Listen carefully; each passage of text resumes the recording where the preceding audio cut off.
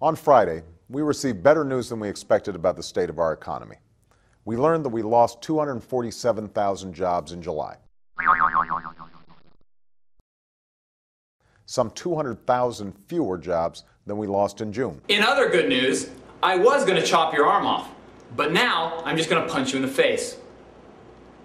247,000 times. And I will not rest until anyone who's looking for work can find a job. Please rest, because for every government job that you create, we lose 3 real jobs. Still, this month's job numbers are a sign that we've begun to put the brakes on this recession. Brakes? We lost 247,000 jobs in July. I think that's called putting your foot on the accelerator. We must lay a new foundation for future growth and prosperity. And a key pillar of a new foundation is health insurance reform. Here we go again. This is classic Obamaism. Oh, we have crisis. We have to act right now and do something that has absolutely nothing to do with the crisis. No time to read the bill. Just trust me. As we draw close to finalizing and passing real health insurance reform, the defenders of the status quo and political point scores in Washington are growing fiercer. Okay, first of all, what is a political point scorer? Is that some type of new political video game that I don't know about? Second of all, what happens when they get fierce? Let's make one thing clear. The Republican Party is not defending the status quo.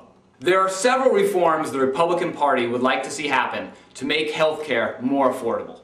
What the Republican Party opposes is a government takeover of healthcare. Some have been using misleading information to defeat what they know is the best chance of reform we have ever had. And that's why it's important. To tell me who these people are so I can send out my thugs to get them. This isn't about putting government in charge of your health insurance.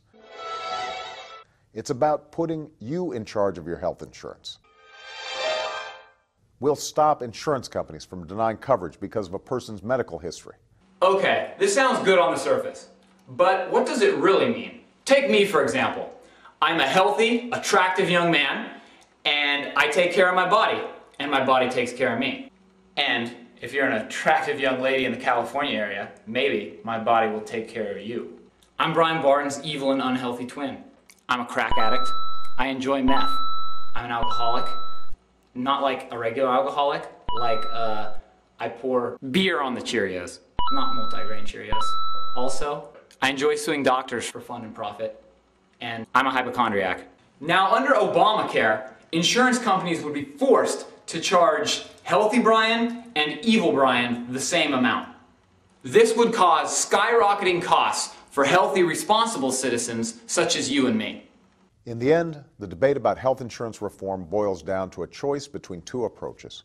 This is the biggest falsehood of all. He does this all the time. It's either the status quo, which will lead to doom and disaster for us all, or do everything Obama says and we'll all end up living in a magical utopia. Listen, Barack, there are more than 2 possible answers here. One possible course of action is to listen to the American people who are very skeptical of your bill and work with the Republicans in Congress to put together a bipartisan reform. You know, bipartisanship, like you promised in the campaign.